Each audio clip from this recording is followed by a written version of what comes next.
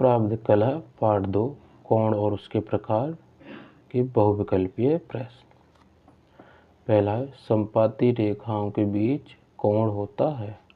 तो समपाती रेखाएं होती क्या हैं? दो रेखाएं जो एक ही दूसरे के ऊपर हो,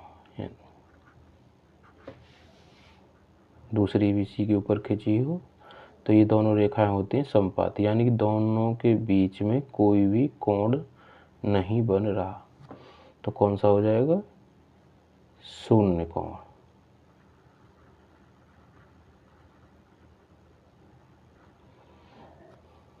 दूसरा, जिन दो रेखाओं के बीच कोणीय विस्थापन नहीं होता उनके बीच कोण होता है। यानी कि मान लो कोई दो रेखाएं हैं, एक ये और दूसरी भी इसी के ऊपर, यानी कोई भी कोणीय विस्थापन नहीं हुआ, यानी कि ये रेखा इधर कहीं भी नहीं, कोणीय विस्थापन ऐसे,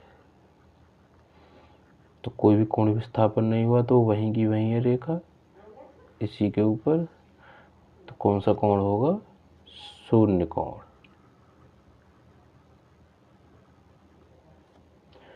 न्यून कोण है, तो न्यून कोण क्या होता है? 0 से अधिक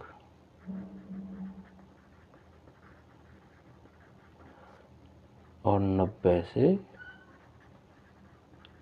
कम, उसे बोलते हैं न्यून कोण। तो इसमें से कौन सा है? 45।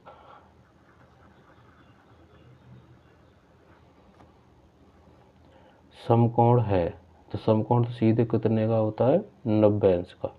90 अंश के कोण को ही कहते हैं समकोण। अधिक कोण है, अधिक कोण होता है 90 से अधिक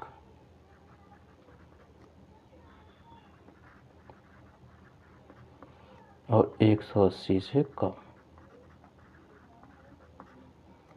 तो 90 से अधिक और 180 से कम कौन सा है? 145। ये वाला ऑप्शन सही है।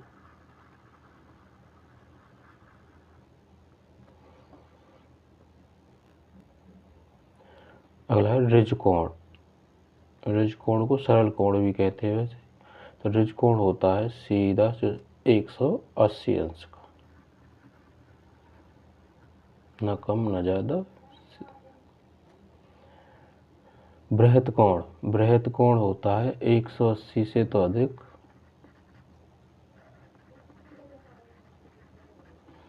और 360 से कम।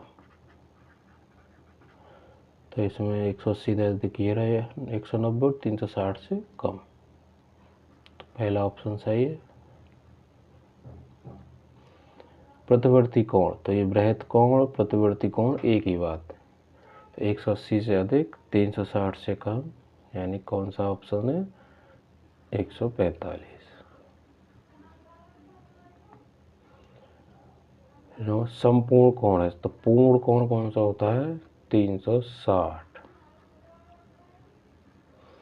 यानी कि कोई भी वस्तु यदि पूरी घूम गई यहाँ तक तो कितने पे घूम जाती है? 360 डिग्री।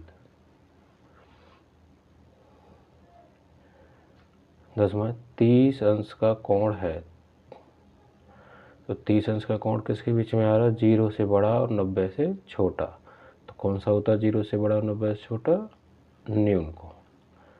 और समकोण होता है 90 अंश का, पूर्ण कोण 360 अंश का, अधिक कोण 90 से अधिक और 180 से कम, इन दोनों के बीच में।